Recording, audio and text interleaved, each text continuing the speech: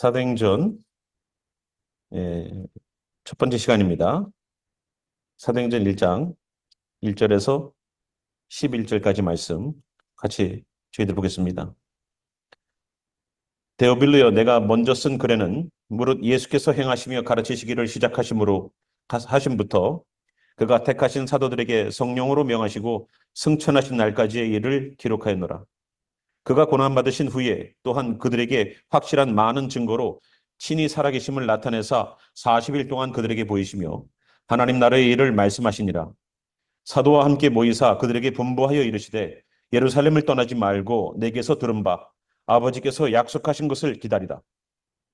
요한은 물로 침례를 베풀었으나 너희는 몇 날이 못되어 성령으로 침례를 받으리라 하셨느니라.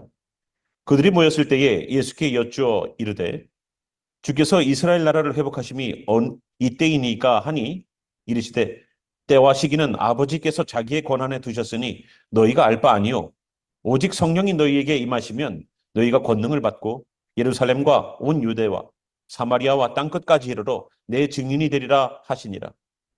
이 말씀을 마치시고 그들이 보는데 올려져 가시니 구름이 그를 가리어 보이지 않게 하더라. 올라가실 때에 제자들이 자세히 하늘을 쳐다보고 있는데 흰 옷 입은 두 사람이 그들 곁에 서서 이르되 갈릴리 사람들아 어찌하여 서서 하늘을 쳐다보느냐. 너희 가운데에서 하늘로 올려지신 이 예수는 하늘로 가심을 본 그대로 오시리라 하였느니라. 아멘. 기도하겠습니다.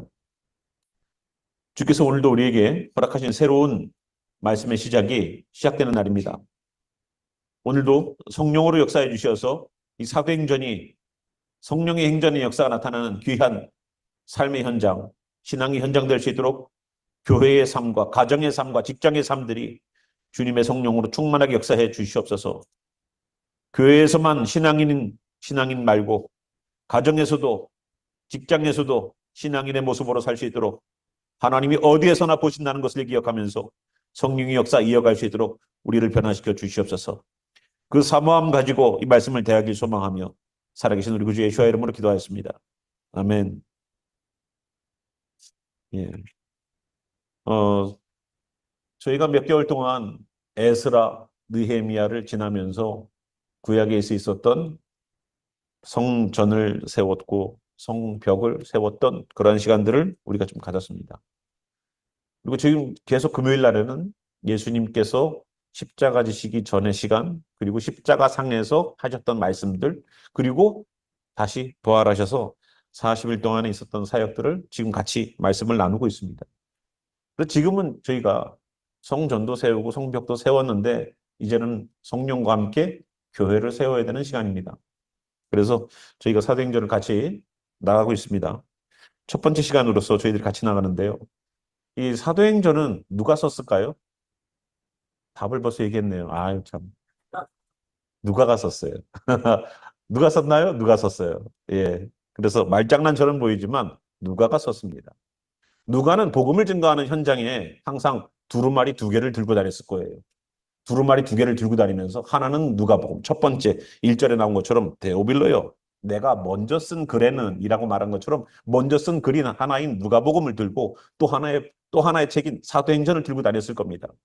이것을 들고 다니면서 복음을 증거했던 누가의 직업은 의사입니다.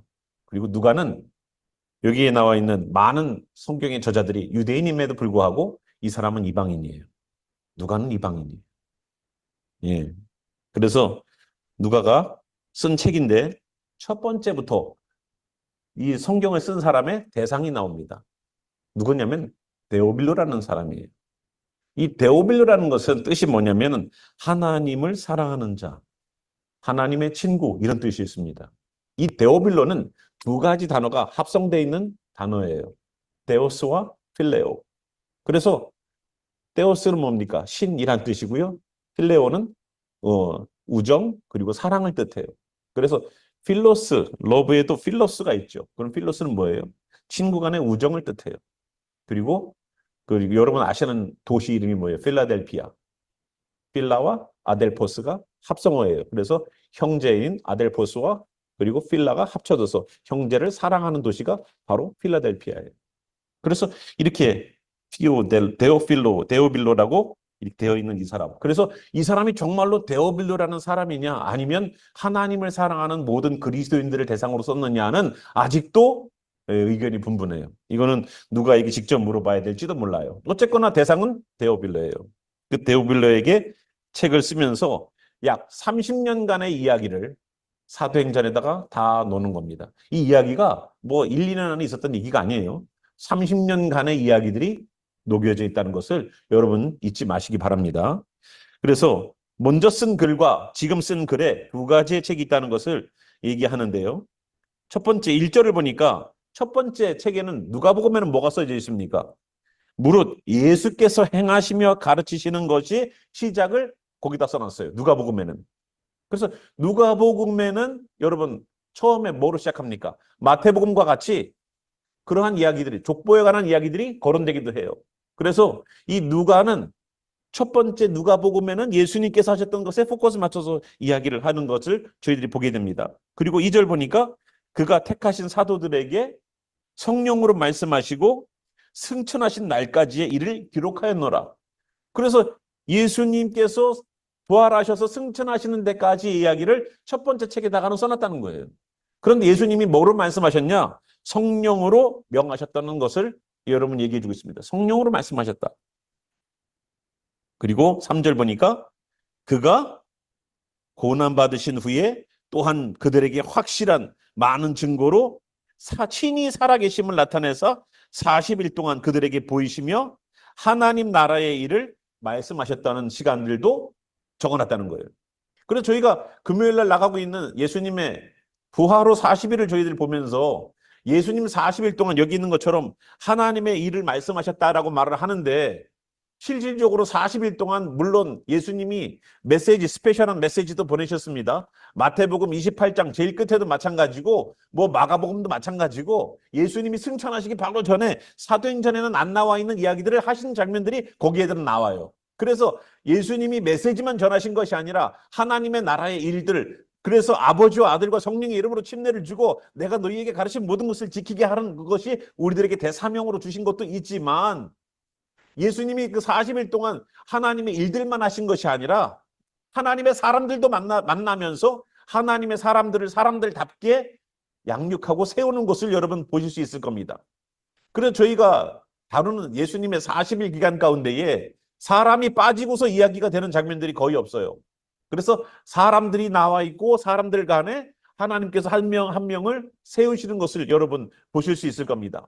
그들이 대부분 믿음이 없었고 믿음이 연약했고 믿음이 부족했고 그리고 의심이라고 말했던 도마도 알고 보니까 예수님에게서는 그거는 불신이었어. 안 믿는 사람이랑 저기 교회 안 다니는 사람이랑 똑같았어 라고 예수님이 말씀하셨던 그런 장면들을 보면서 우리는 하나님의 일이 무엇인가, 그냥 설교만 하고 말씀 안 하는 게 하나님의 일이 아니라 뭐다?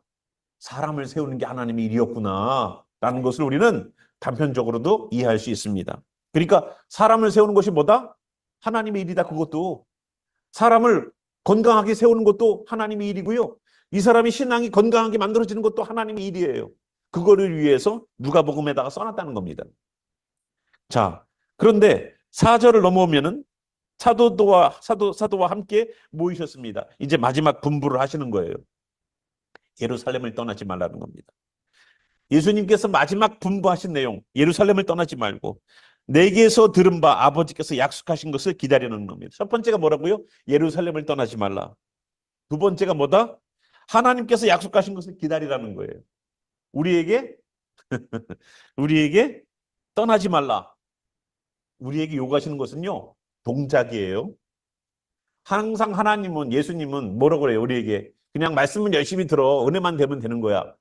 그렇게 말씀하지 않으셨어요.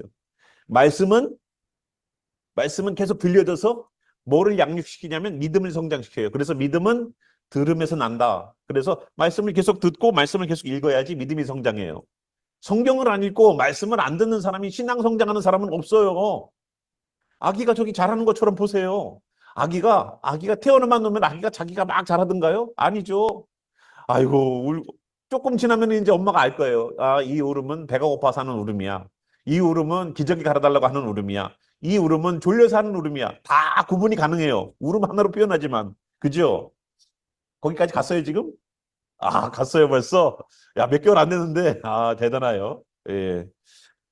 자, 그래서 우리가 하나님의 사역을 하기에 앞서서 첫 번째, 예수님이 말씀하신 분부는 뭐다? 예루살렘을 떠나지 말라는 동작을 요구하셨어요. 두 번째, 기다리라는 동작을 요구하셨어요. 세 번째가 뭘까요? 5절 보니까 요한은 물로 침례를 베풀었어요. 그러나 너희는 몇 날이 못 되어서 성령으로 침례를 받는다는 얘기를 하셨습니다. 여기서 침례를 받는다는 게 어떤 표현일까요? 그런 정말로처럼 물속에 푹 잠기는 거예요. 내 머리카락 하나 예외 없이 물속에 완전히 들어가 있는 거예요.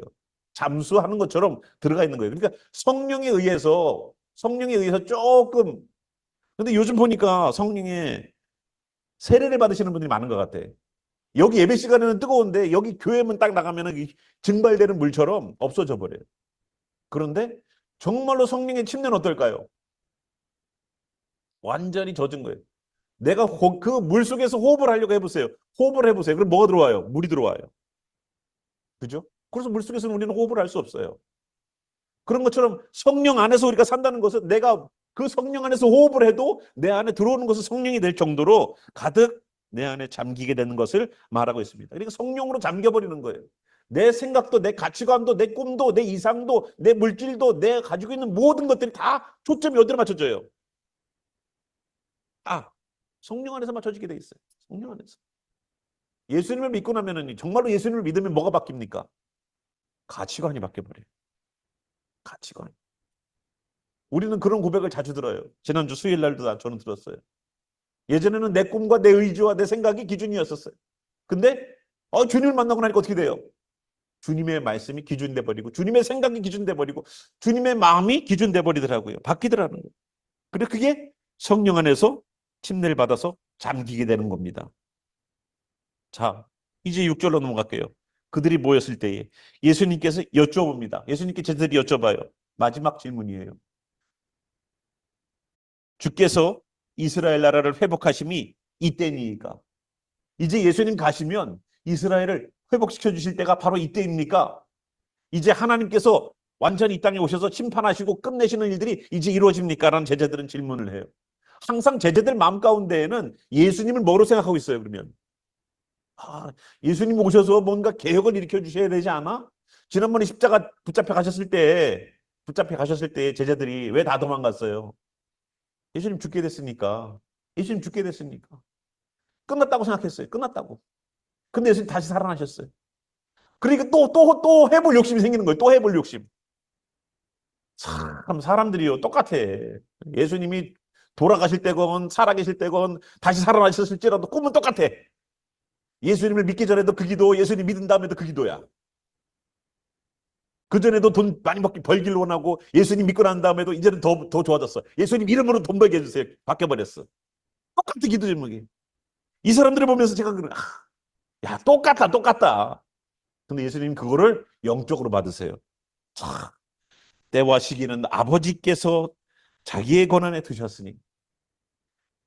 이스라엘의 회복은 이 사람들이 지금 생각하는 로마로부터의 독립이 아니에요. 이 사람들이 생각하는 이스라엘을 언제 회복하시겠습니까? 이 사람들은 에스겔이나 예레미야에서 말씀하신 것처럼 다시 하나님의 나라가 되게 하는 것, 다시 성령의 나라가 되게 하는 것, 이것에 대한 꿈들을 얘기했겠지만 지금 우리도 로마의 속국으로 있지만 이거 독립시켜 주셔야 되는 것 아닙니까라는 그러한 마음으로 했겠지만 우리가 들고 있는 육신적인 문제로 질문을 던졌지만 이 모든 때와 기한은 누구에게 있느냐? 그 권한은 하나님께 있다는 거예요. 하나님께.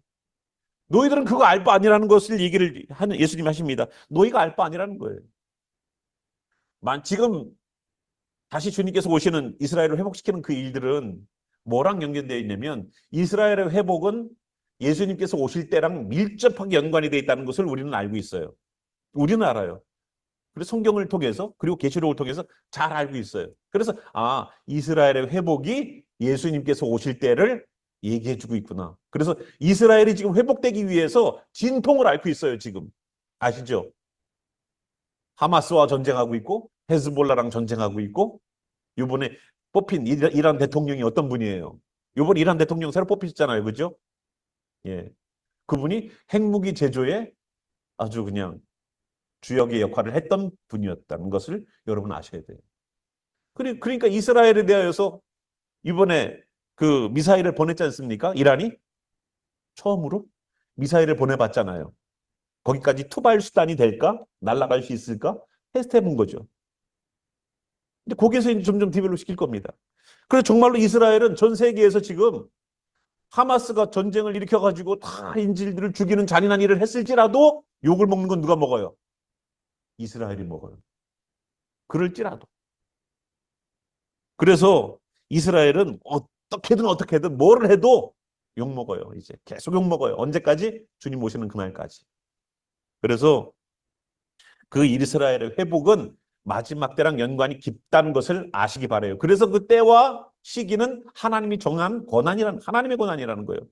그리고 나서 8절을 말씀하세요.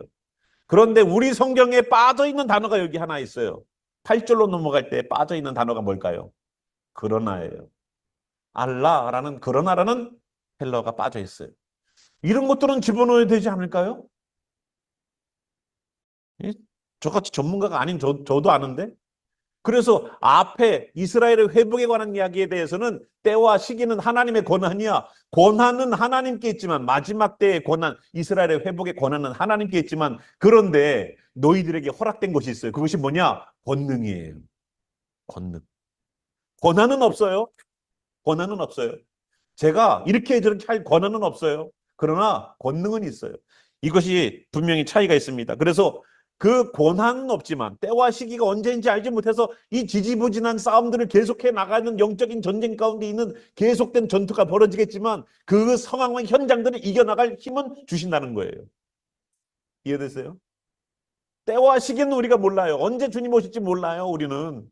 그러나 그 시기까지 견딜 수 있는 힘은 주신다고요. 얼마나 감사해요. 때와 시기는 예수님의 권한은 아니에요. 하나님의 권한이라고 그랬어요. 그런데 그때까지 우리가 뭐 할 수 있도록 뭐를 주신다? 그러나 권능을 주신대요. 그러나. 그래서 8절 앞에는 그러나가 붙어 있어야 돼요. 그래서 원문에는 그러나가 있는데 여기는 없어요. 우리 성경에는. 이 그러나 때문에 앞에 말과 뒤에 말이 전혀 상반된 뜻을 만들어낸다는 것을 성경이 얘기해 줘야 되는데 우리가 그거를 발견하지 못하고 그저 그냥 선교간다 그러면 사도행전 1장 8절 이것만 외치고 나갔단 말이에요. 앞에 있는 부분이 분명히 설명이 되지 않으면 8절에 있는 말씀은 의미가 없어요. 때와 시기에 관한 이야기가 지금 8절에 있는 이야기가 연결이 된다는 것을 우리가 알아야 돼요. 우리에게 주신 것은 뭐다? 권한이다. 권한이 아니고 권능이다. 권능이다. 그때까지 견딜 수 있고 그때까지 버틸 수 있는 힘을 주신다는 거예요. 오직 성령이 너희에게 임하시면 너희가 권능을 받고 그러니까 권능을 받을 때에 권능을 받는 사람의 전제 조건이 있어요. 그것이 뭐냐면 성령을 받는 거예요. 성령의 사람이 되는 것 그것이 전제 조건이에요. 성령이 없으면 권능을 받지 못해요. 견딜 수 없어요. 이 땅에서 우리가 힘들게 살아가고 있죠. 세상의 유혹에 빠지고 있죠. 세상의 재미에 빠지고 있죠. 이것을 끊어내고 막아낼 수 있는 멈출 수 있는 힘. 여러분 자동차가 막 달리는 거. 여러분 자동차들이 요즘 얼마나 잘 만들어졌습니까? 마력이 뭐 그냥 엑셀에다가 신발만 올려놔도 100마일을 달릴 거예요. 요즘 차들이 얼마나 잘 나왔어요. 그런데 달리는 게 중요하던가요? 좋은 차는요. 잘 달리는 것만 만들어내지 않아요. 그거는 쉬워요, 오히려. 그런데 그 달리는 힘을 제어할 수 있는 브레이크가 중요한 거예요. 우리 제 집사님 자동차에서 잘 알잖아요. 그죠? 저희가 보통 브레이크 패드는 그냥 이렇게 그냥 맨들맨들하게 돼 있지만 진짜 F1이나 이런 데 나가는 스포츠카들은요. 그 브레이크 패드에 구멍이 나 있더라고요. 열을 빨리 빼내기 위해서. 그죠? 예. 끄떡해지잖아요. 이럴 때 끄떡해지는 게 아멘이거든요. 이래야지 또 목사님이 또 힘겹게 또 나가거든요. 예. 전이 끝나고. 예. 그래서 우리에게 힘을 더해 주시는 권능은 중요한 거예요. 그 권능 때문에 우리가 오늘을 살 수 있는 거예요. 자, 그 권능을 가지고 성령이 임하시면 주시는 건데요. 시작점이 어디입니까? 예루살렘이에요. 유다고 사마리아고 땅끝까지입니다. 그래서 이때까지 사도행전을 보시면 구조적으로 이렇게 돼 있어요. 구조적으로. 1장부터 7장까지는 예루살렘에서 있었던 이야기를 써놔요. 그리고 유다와 사마리아에 관한 이야기는 8장부터 12장까지 써놨어요. 사도행전. 13장부터 제일 끝에 있는 28장까지는 땅끝이라고 말하는 로마로 가는 여정과 바울의 복음의 사역들이 거기에 적혀져 있어요. 그러니까 여기에서 예수님 말씀하신 것처럼 여러분 제자들이 뭘 들고 있습니까? 제자들이요 학식을 들고 있을까요? 바울처럼 똑똑한 머리를 들고 있을까요? 아니에요. 제자들은요 평생 물고기 잡던 사람들이고요. 평생 세금 환전해 줬던 그러한 사람이고요. 돈밖에 모르는 사람들이었고요. 그런 사람들이었어요. 그런 사람들이 예수님의 제자가 되어서 주님의 사역을 감당하는데 첫 번째 예루살렘부터는 예루살렘 어떤 지역입니까? 예루살렘 어떤 지역이? 예수님을 십자가에 못 박으라고 말했던 지역이에요. 유다는 어떤 지역입니까? 예수님의 사역을 거부했던 지역이에요. 사마리아는 어떤 지역입니까? 사마리아는 혼합 종교예요. 하나님도 섬기고 세상 신도 섬기는 혼합 종교예요. 땅끝은 어디예요? 아니 거긴 이방인 땅이에요. 예수님에 대해서 하나님에 대해서 알지도 못하는 데고 거기는 이방인들은 유대인들이 생각하기에 저들은 우리의 지옥의 땔감이야 라고 생각했던 사람들이 바로 이방인들이에요. 예루살렘도 유다도 사마리아도 땅끝도 다 복음을 만만히 전할 수 있는 지역이 아니라는 거예요. 나가면 복음만 전하면 복음이 막 받아들여져서 막 회개하고 돌아오는 그런 땅이 아니라는 거예요. 여러분이 기도만 하고서 나가서 예수 믿으시오 하면은 덜썩덜썩 그럽시다 교회 갑시다 하고 예수님 믿는 지역이 아니더라는 거예요. 여러분이 복음 전했던 사람들이 그런 사람들이든가요? 여러분들이 복음을 전했던 사람들이 여기 예루살렘이든 유다든 사마리아든 땅끝에 살고 있던 그 신앙의 모습들이 여기에서 드러나지 않습니까? 어떤 사람들은 예수님 자체를 거부하고 나는 예수님 몰라요. 난 그냥 살래요 하는 사람이 있고 어떤 사람은 나 예수님 교회 다니죠. 교회는 다니는데 한쪽 발은 세상에 한쪽 발은 주님께 이렇게 겸하여 섬기는 사람들이 없습니까? 우리가 섬기고 있고 우리가 같이 사역하고 있고 우리가 전도하려고 하는 이 지역의 사람들을 보십시오. 우리 이렇지 않아요? 여기가 예루살렘이고 여기가 유다고 여기가 사마리아고 여기가 땅끝 아닙니까? 아니에요? 이 현장이 저는 여기라고 생각해요. 근데 거기에서 사역을 하려면 뭐가 필요하다? 권능이 필요하다.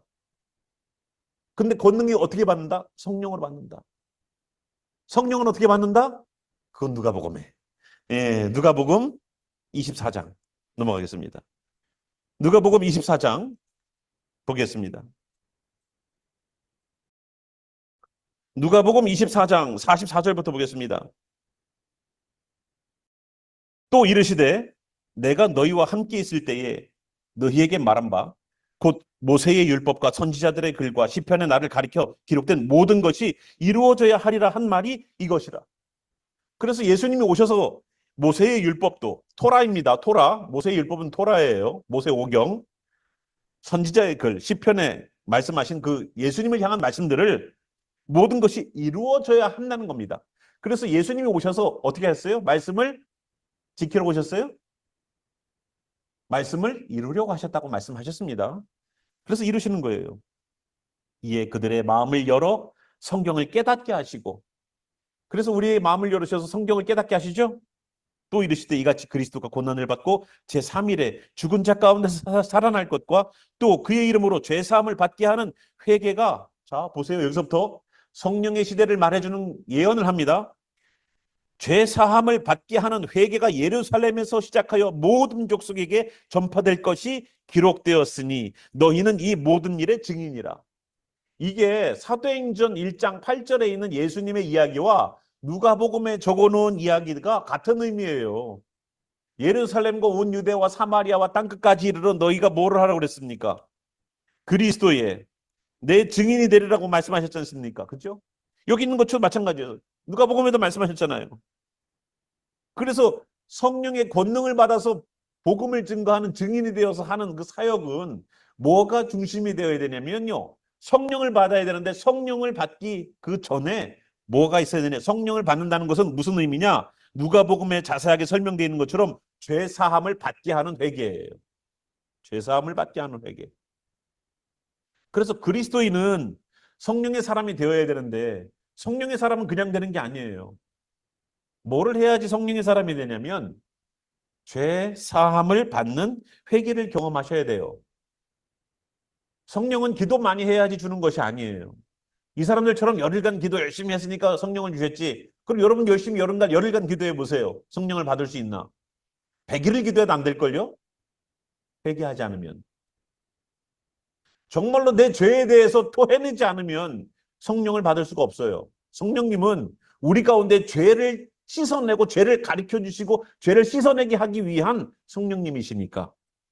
그래서 여기 있는 것처럼 누가복음에 말씀하신 것처럼 죄 사함을 받는 회개가 예루살렘에서 시작해서 모든 족속에게 전파될 것에 대한 이야기를 하고 있습니다. 그것이 사도행전 1장 8절에 더 간결하게 써놓은 거예요. 그래서 누구의 증인이 되라? 예수님이 증인이 되라는 겁니다. 예루살렘도 온 유다도 사마리아도 땅끝도 복음에 만만한 지역이 없어요. 그 모든 지역에 제자들이 유일하게 들고 갈 수 있었던 것이 뭡니까? 언변이었습니까? 이 제자들이 말을 잘해서 사람들이 구원을 얻었어요? 이 제자들이 능력이 있어갖고 구원을 받았습니까? 사람들이? 아니에요. 제자들은 아무것도 들고 있는 게 없었어요. 오히려 바울은요 들고 있는 게 있었어요. 뭐냐면요 성경 말씀에 대한 지식이었었어요. 나는 율법의 완전한 자다라고 스스로 얘기했어요. 바울은. 그리고 나는 유대인 중에 유대인이요 히브리인 중에 히브리인이요 그렇게 얘기했어요. 율법에는 완전한 자요. 나는 가말리엘의 제자요. 가말리엘은요 지금으로 따지면 최고의 석학이라고 말하는 사람의 제자였다는 거예요. 그리고 이 사람은 공회원이에요. 바울은.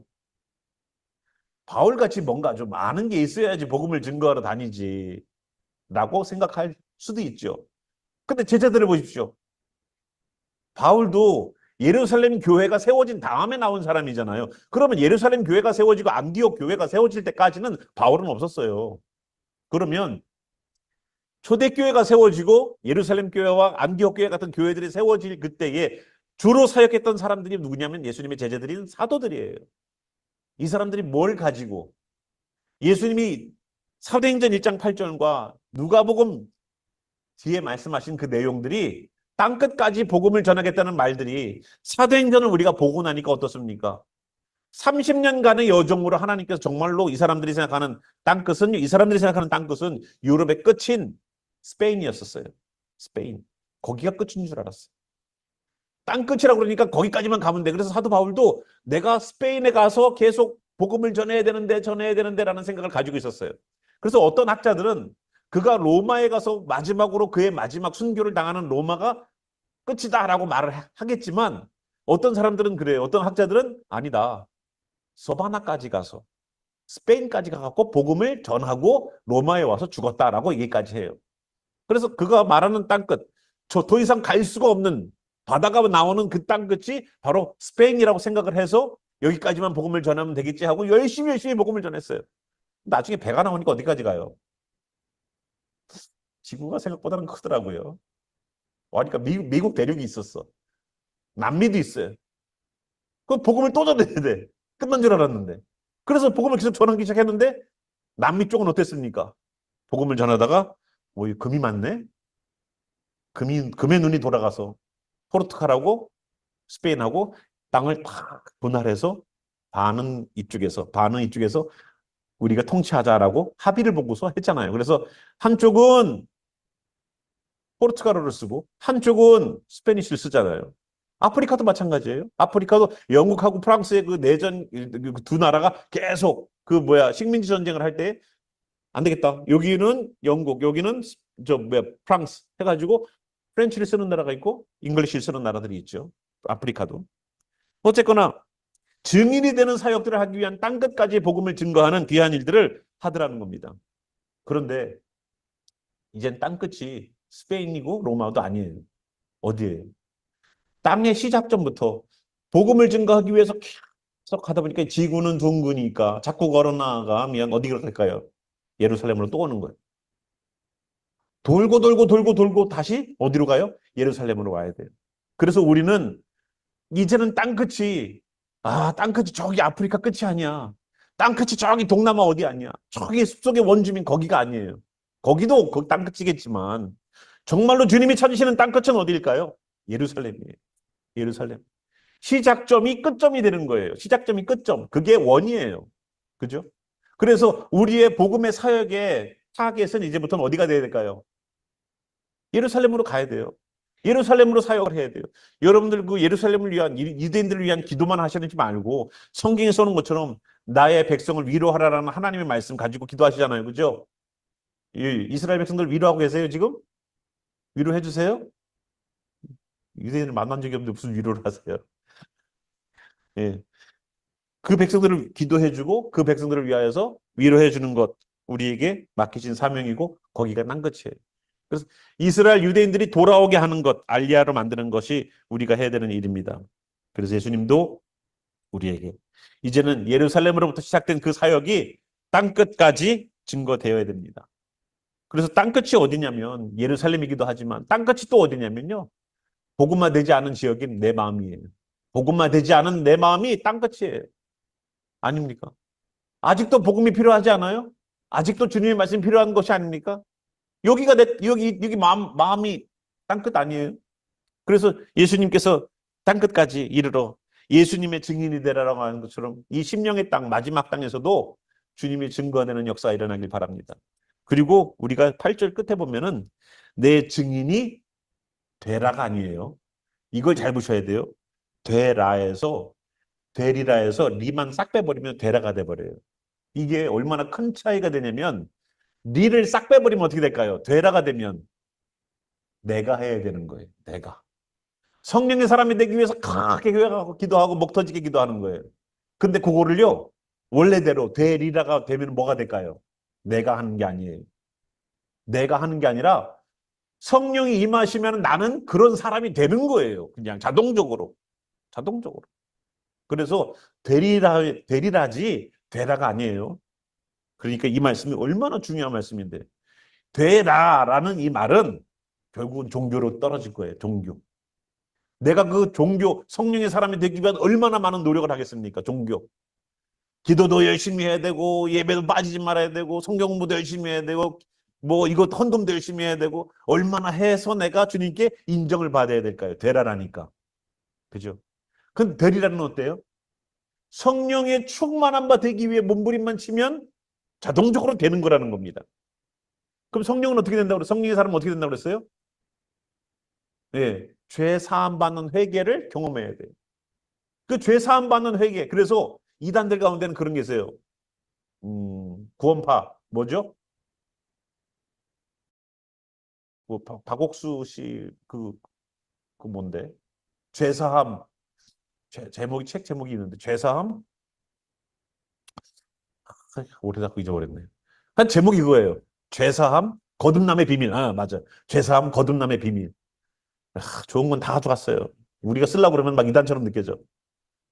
여호와의 증인도 마찬가지고 뭐 신천지 얼마나 좋은 거 다 갖고 와서 다 갖고 왔어. 아유 신천지도 보면은 새하늘과 새 땅 예루살렘이잖아요. 예? 그러니까 우리가 쓰려고 그러면 이상하더라니까. 성경에 있는 건데도 예. 구약에 나오는 우리가 정말 영적으로 깨어서 파수꾼이 되어야 됩니다. 여호와의 증인 쓰고 있어. 파수꾼 잡지가 나와 막. 그러니까 막 쓰려고 그러면 막 왠지 찝찝하고 막 졸다가 설교 듣는 분들은 우리가 막 여호와 증인이야? 막 이런 분들 있을 것 같고 그렇더라고요. 그러나 정말로 증인이 되라가 아니라 증인이 되리라라는 주님께서 해 주시겠다는 겁니다. 그러기 위해서는 우리가 죄 사함에 대한 부르짖음이 있어야 돼요. 다른 것을 놓고서는 기도하지 마세요. 그러나 내 죄에 대해서 아파하는 것만큼은 주님, 나도 죄에 대해서 좀 아파했으면 좋겠어요.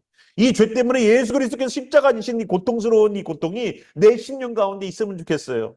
예수님께서 그냥 내 죄를 구원하셨다는 것에 대해서 헐값으로 그냥 어디 가서든 그냥 에이, 구원 하나 줍는 거지 뭐. 이런 거저 얻음이 되지 않게 하여 주시옵소서. 예수님이 이 구원이라는 거 하나 주기 위해서 자신의 목숨을 십자가에서 죽으셨는데 이 고통이 얼마나 클까. 나는 바늘 하나 찔려도 그렇게 그냥 엄살 먹다 그냥 여기다가 붕대 이만큼 감고 있는데 바늘 하나 찔려도. 그런데 정말로 예수님께서의 그 죽으심 통해서 우리가 구원을 받았다면 우리가 죄 사함을 받아야 되는 것은 명백해지는 거예요. 죄에 대해서 여러분 특별하게 기도하십시오. 죄에 대해서. 하나님 앞에 부끄럽게 서지 않도록 여러분 몸부림쳐 보세요. 그런데 우리가 그거를 안 하는 이유가 있어요. 그건 뭐냐면 우리가 어둠을 사랑하기 때문에 그래요. 어둠을 사랑해서 어둠을 놓을 생각을 안 해. 이거를 놓으면은 재미가 탁탁 잃어버리면 되거든. 이거를 놓으면은 정말로 진짜 어둠 흑암으로 들어가는 것 같거든. 그래서 안 온단 말이에요. 그 요한복음에 나와요. 어둠을 놓지 않기 때문에 내가 죄에 대해서 회개할 수 있는 기회를 미적지근 하다가 차지도 덥지도 않게 신앙생활하다 그냥 가는 거예요. 그러지 마시고 정말로 예수님의 증인이 되십시오. 이거는 옵션이 아니에요. 예수님이 교회를 세우시기 전에 성령을 주신 이유가 뭘까요? 교회는 성령이 아니고선 운영이 안 돼요. 제자들 뭘 들고서 복음을 전해서 땅끝까지 갔습니까? 30년간 써놓은 이 사도행전의 책을 여러분 보십시오. 결국은 로마라는 땅끝이 그들이 생각하는 땅끝까지 갔어요. 그러면 거기까지 뭘 들고 갔어요? 복음 하나밖에 없어요. 예수님 하나밖에 없다고요. 아무것도 가진 것 없어도 제자들이 복음 들고 거기까지 가는 거예요. 도마? 뭘 들고 갔어요? 예수님 하나님입니다 라는 그 고백 들고 간 거예요. 인도까지. 아무것도 들은 거 없지만 오직 성령이 임하시고 나니까 저 땅끝이라는 로마까지 복음 들고 가더라는 겁니다. 뭐를 들고 하는 게 아니에요, 사역은. 아, 돈이 있어 사역하죠? 돈으로 사역해요? 아니에요. 아, 우리가 인재가 많아야죠. 물론 인재 있으면 좋지요. 인재 없어도 사역해요. 내가 뭔가를 들고 있어서 사역을 한다면 오히려 그것 때문에 방해될 수도 있습니다. 주님, 나 가진 것 없어요. 아무것도 없어요. 그런데 주님, 우리가 이 사역을 하려고 그러는데 주님 힘주시고 보태주시고 사람 보내주시고 인력을 보내주시고 하여 주시옵소서. 물이 비가 오기 때문에 땅을 파는 것이 아니라 땅을 파놔서 물이 고일 수 있도록 만드는 것도 우리가 해야 될 일이에요. 믿음을 가지고 기도하세요. 우물을 파세요. 물이 있어서 우물을 파는 것이 아니라 땅을 파놓고 비가 오기를 기다리십시오. 거기에 물을 채울 수 있도록. 우리의 기도가 뭔가 있어서 하지 마십시오. 없는데도 주님, 없는 것을 있는 것처럼 부르시는 주님 앞에 나아가십시오. 증인이 되어서 정말로 복음을 땅끝까지 전했던 사도행전의 역사를 여러분도 한번 경험해 보세요. 주님, 나 아무것도 들고 있는 것도 없어요. 주님, 내 주머니 뒤져보세요. 아무것도 없어요. 근데 주님께서 땅끝까지 가라고 하니 복음 들고 가옵니다. 주님, 예루살렘 교회가 생겨서 복음이 증거되어서 3,000명, 5,000명씩 들어오기 시작해요. 안디옥 교회가 세워지고 바울이라는 사람이 은혜 받고 나더니 주님을 만나고 나더니 저기 사방팔방 복음을 전하러 진짜 저기 터키 저 내륙까지 가서 갑바도기아까지 가서 이제 뭐 골로새 뭐 갈라디아 이런 데까지 복음을 전하기 시작해. 아니 결국은 로마까지 가서 복음을 전하기 시작해요. 놀라운 일들이 일어나요. 여러분, 여기가 다가 아니라고요. 여기가 다가 아니에요. 황금어장들이 밖에 널려 있어요. 황금어장들이 그냥 낚싯대만 넣으면 나와. 난 낚싯대를 안 넣는데 예수 믿으라고 증인이 되십시오. 예수님이 원하는 딱 한 가지는 뭐예요? 교회 다니면서 교회 열심히 다니면 되지. 예배 열심히 참석하면 되지. 그게 목적이에요? 아니에요. 교회 열심히 다니는 게 목적이 아니에요. 주님은 나아가서 예수님을 믿으라는 사람들을 계속 나가서 증인으로 선포하는 것이 목적이에요. 그게 목적이에요. 만나는 사람에게 예수님 믿으세요? 교회 다니세요? 요즘 사람들이 하도 그냥 야가가지고 교회 다녀요. 근데 조금 더 질문이 디테일하게 들어가면 몰라. 그냥 교회 다니는데 1년에 한 2번 가. 근데 교회 다닌대. 왜? 하도 그리스도인들이 한국 같으면요 아파트에 와서 띵동띵동 했거든요. 요즘은 그렇게도 안 한다고 그러더라고요. 하도 귀찮아 해가지고. 근데 증인으로 살기 위해서 얼마나 합니까? 정말로 여러분들 성령의 사람 된다는 것은 성령의 사람이 되는 것은 막 능력이 나타나는 게 아니에요. 증인의 사역이 그렇구나. 내가 예수님 믿으라고 전하고 있는 내 모습 보면서 예전에 저희 교회 아버지 교회 성도는요. 이분이야말로 진짜 이대 나온 여자예요. 그런데 고상하게 와서 예배 드리다가 은혜를 받더니 진짜 고상하게 앉아 계신 분이에요. 근데 진짜 예수님 만났더니 복음을 증거하러 다니는데요. 성령책 끼고 아파트 딱 문 열면 어때요? 발을 하나 딱 집어넣어요. 미리 닫을까 봐. 그 발이 찢겨 그래서 철문에. 모르고서 그분이 쾅 닫아가지고 그래도 쩔룩거리고서 복음 들고 다녀요. 그분이 지사장 와이프였어요. 삼성생명. 복음은 우리를 변화시켜 만들어요. 아무리 예루살렘도 유다도 사마리아도 땅끝도 장애가 되는 일들이 있을지라도 복음 들고 나갔어요. 그리고 땅끝까지 복음이 전파되는 이야기가 사도행전의 이야기예요. 가능성을 보고 움직이는 것이 아니라 주님을 보고 움직이는 게 하나님의 사람들입니다. 증인? 내가 되는 것이 아니에요. 증인이 되리라. 주님께서 해주시는 거예요. 내가 나가 전도해야지. 각오해서 되는 것이 아니에요. 주님의 사람은 만들어지는 거예요. 주님의 사람은. 복음을 전하지 아니하는, 복음을 전하지 아니할 수 없다라는 베드로의 고백처럼 자동적으로, 자연적으로 되는 거예요. 복음 증거는. 아, 내가 복음 증거하라고 그랬으니까 누구를 생각하면서 그 사람 복음 만나면 복음 증거해야지. 근데 막상 만나보세요. 딴소리하다 끝나고 집에 와요. 그런 거 말이에요. 정말로 주님께서 주시는 감동으로, 성령의 감동으로 계속 복음을 전할 수 있도록 주님께서 기회를 열어주실 겁니다. 그리고 그 말씀을 마치시고 예수님은 구름이 가리워져서 올려보내는 그대로 가시죠. 그래서 11절 하늘로 가심을 본 그대로 오시리라. 구름 가운데로 올라가셔서 예수님 가셨는데 8절에 나와 있는 구름이 그를 가리어 보이지 않게 하였더라라는 이 대목에 이 구름이 영접했다라는 단어가 있어요. 구름이 영접했다라는 단어예요. 구름이 가려졌다는 이 표현이 정확한 표현은 아니에요. 구름이 영접했다. 예수님을 영접해서 데려갔다는 겁니다.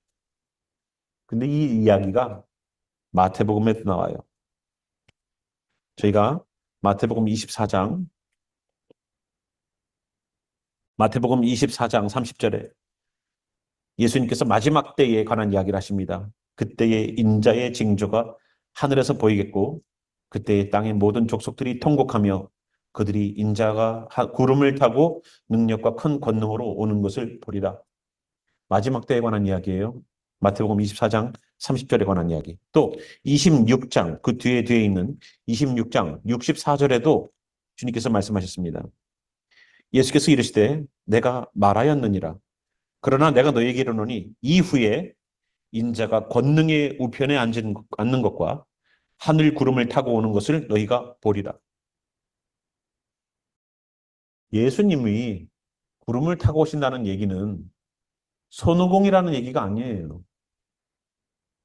예수님이 구름을 타고 가시는 이유와 오시는 이유는 증거기 때문에 그런 거예요. 증거. 구름은 상징적으로 예수님이 그 구름 가운데 가리워져서 간 것과 구름 가운데로 오시는 것을 실질적으로 그런 일이 일어날 것에 대한 것을 보여주기 위한 가시적인 효과가 있어요. 구름은.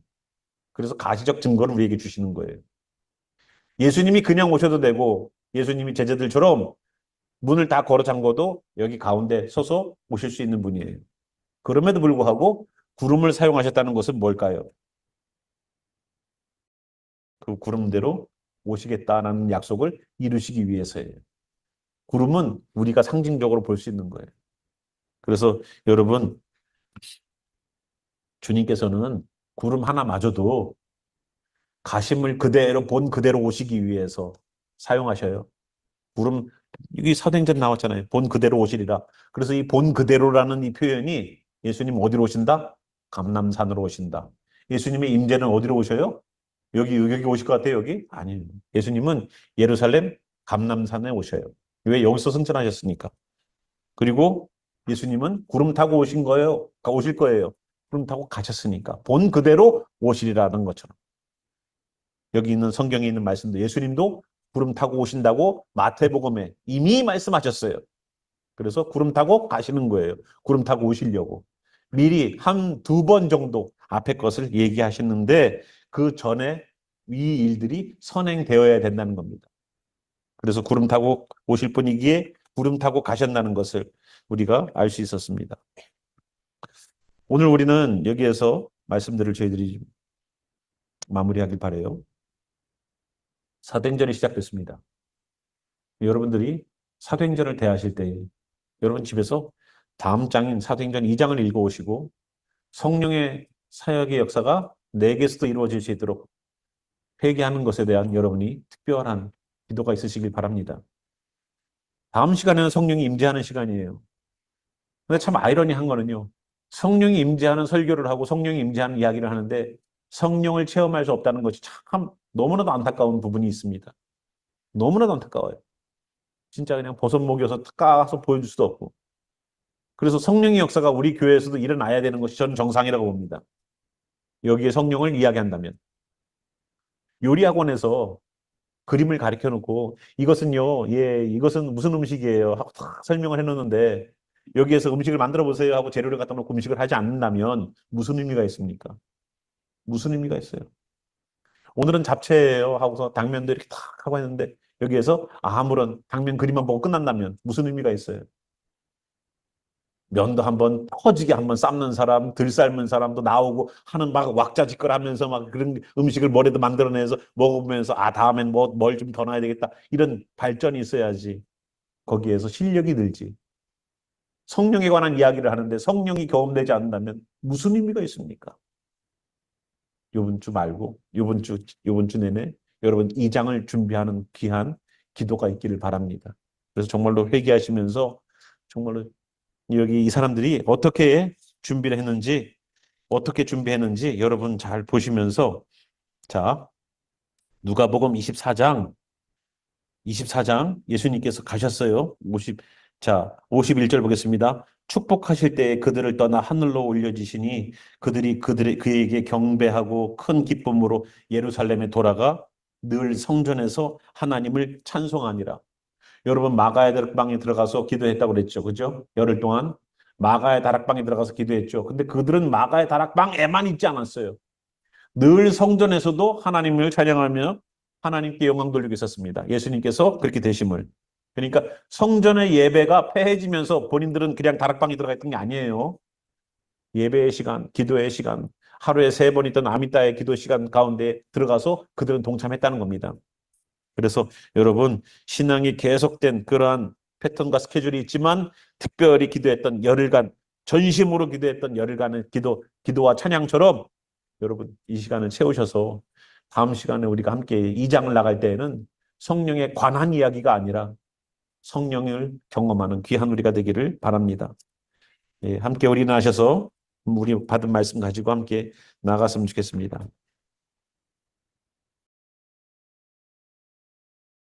성령에 관한 이야기가 예수님께서 승천하시기 바로 전에 우리에게 하셨던 이야기예요. 근데 우리는 성령에 관해서 자꾸만 초점을 맞추는데 중요한 것은 그 성령 때문에 우리가 해야 될 증인이라는 사역 아닐까요? 성령을 주시는 이유 또한 우리에게 저 사람 영적인 사람이야.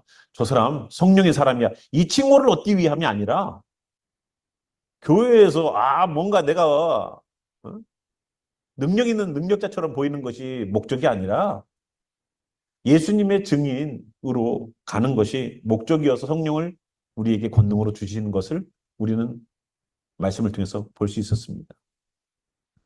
증인으로 가십시오. 보낸 바 되십시오. 보내시는 분은 교회도 아니고 주님이십니다. 내 증인이 되리라. 주님께서 사용하시는 대로 말씀하십시오. 주께서 우리 마음 가운데 기억나게 하시는 그 메시지를 전하십시오. 어떤 영혼이 여러분들의 마음을 뜨겁게 달구고 있다면 그 영혼을 위하여서 부르짖으십시오. 그리고 그 영혼에게 가서 예수님의 증인이 되십시오. 예수님 살아나셨습니다. 그분이 우리의 죄를 위하여서 살아나셨습니다. 우리의 죄를 도말하시기 위해 살아나셨습니다. 함께 우리 주님의 증인이 되라가 아니라 되리라고 말씀하셨습니다. 우리는 주님의 증인입니다. 과연 성령의 사람이 되어서 주님의 증인으로 살고 있는지 돌아보면서 다시 한번 주님 앞에 주여, 주님께서 맡기신 사명과 주님께서 맡기신 사역들을 혹시 우리가 잊고 살고 있지 않습니까? 이것이 과연 목회자나 다른 사역자들에게 해당되는 얘기입니까? 이것은 믿는 모든 자들에게 해당되는 문제입니다. 이 이야기가 나의 이야기처럼 믿고 나아가는 귀한 이야기가 될 수 있도록 함께 우리 기도하는 시간이 있겠습니다. 기도하겠습니다. 살아계신 주님, 오늘 사도행전 시작했습니다. 주님께서 마지막으로 그 제자들에게 나누셨던 그 이야기, 이 땅이 언제 끝날까에 대한 그 권한은 하나님에게 있지만 그 날까지 견디고 힘을 주시는 그 권능은 우리에게 허락하셨습니다. 주여, 현장에서 쓰러지지 않게 하여 주시고 나아가 예수의 증인 되게 도와주시옵소서. 우리가 추구하는 것은 이 교회의 증인이 아닙니다. 이 목사의 증인이 아닙니다. 예수의 증인입니다. 오늘도 아버지 하나님 그 예수와의 증인이 되어서 나아가 영혼들을 살리는 귀한 일들이 여기 있는 성도들에게 있기를 소망합니다. 오늘도 그들을 살리기 위해서 기도할 때에 병이 떠나가는 역사 일어나게 도와주시고 귀신이 떠나가는 역사, 모든 우리의 연약한 것과 약한 것들이 떠나가는 역사들이 나타날 수 있도록 우리에게 주의 권능을 주시옵소서. 주님 성령의 충만한 바 되어서 살기 위한 우리들의 죄에 몸부림치는 몸부림 있기를 소망합니다. 우리는 다 죄인인데 왜 이렇게 뻔뻔한지요? 주여, 오늘로 주님 앞에 온전하게 회개하여 주의 성령의 사람 되어서 복음을 증거하지 아니하고서는 견딜 수 없는 뜨거운 마음을 얻게 해주시기를 소망하오니 주여 우리에게 역사해 주시고 자정하여 주시옵소서. 오늘도 우리에게 성령을 보내시겠다는 하나님의 약속과 예수님께서 말씀하셨던 것처럼 예루살렘 성에 유하며 떠나지 말으라는 말씀처럼 오늘도 주님의 말씀, 영적인 예루살렘인 오늘도 교회에 오늘 우리들의 심령에 터전을 두고 몸부림치는 우리들이 예수님의 말씀과 성령님께서 오셔서 우리로 성령의 증인, 예수의 증인이 되게끔 만드시는 성령님의 내주하심이 지금부터 예수님 오시는 그날까지, 아니 영원히 지금부터 주님 안에서 몸부림치는 자들 속에 영원히 함께 하시기를 살아계신 우리 구주 예수와 이름으로 축원하며 기도합니다. 아멘.